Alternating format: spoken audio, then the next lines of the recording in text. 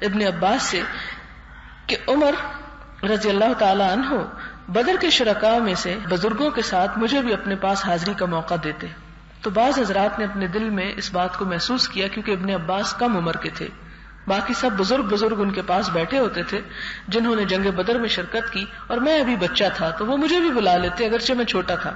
کئی لوگوں نے پھر شکایت کی کہ یہ چھوٹا ہونے کے باوجود آپ کی مجلس میں کیوں حاضر ہوتا ہے، یعنی سب بڑوں کو بلایا کریں، چھوٹے کو کیوں بلاتے ہیں عمر میں؟ آخر اس جیسے ہمارے بھی تو بیٹے ہیں، انہیں تو نہیں آپ بلاتے.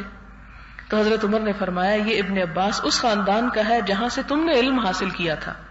تو حضرت عمر نے ایک روز مجھے بلایا اور ان کے ساتھ حاضری کا شرف بخشا، تو میں نے جان لیا کہ آج مجھے اسی لیے بلایا ہے تاکہ انہیں میرا مرتبہ دکھا دیں. تو حضرت عمر نے ان سے دریافت کیا کہ آپ حضرات اللہ تعالیٰ کے اس قول اذا جاء نصر اللہ والفتح کے بارے میں کیا کہتے ہیں، کہ اس کا معنی کیا ہے، یعنی اس کی تفسیر کیا ہے؟ تو بعض حضرات نے کہا کہ اس میں ہمیں حکم دیا گیا ہے کہ جب ہماری مدد ہو جائے اور ہمیں فتح دے دی جائے تو ہم اللہ تعالیٰ کی حمد کریں اور استغفار کریں.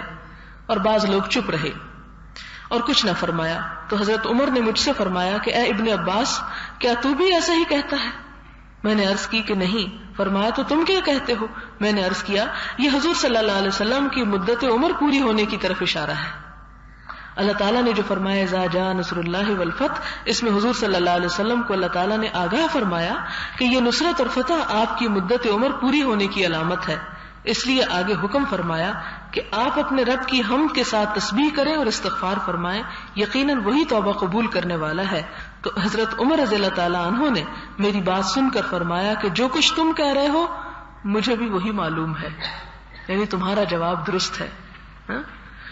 یعنی اس حدیث سے خاص طور پر بتانا یہ مقصود تھا کہ علم بعض اوقات عمر کا محتاج نہیں ہوتا. ضروری نہیں کہ ایک لمبی عمر پانے والا شخص اور عمر میں بڑا شخص جو ہے وہ علم میں بھی ضرور ہی بڑا ہو، بلکہ علم تو اللہ تعالیٰ کی وہ خاص نعمت ہے کہ جو اپنے مخصوص بندوں کو وہ عنایت کرتا ہے اور ان کو اس کا ذہن اور عقل اور سمجھ اور نظر اور یعنی بصارت اور بصیرت دیتا ہے، جس کی وجہ سے وہ اسے بہت کم وقت میں سمجھنے کے اور سمیٹنے کے قابل ہو جاتے ہیں، اور پھر ماحول اور بہت سی اور چیزیں بھی اثر انداز ہوتی ہیں.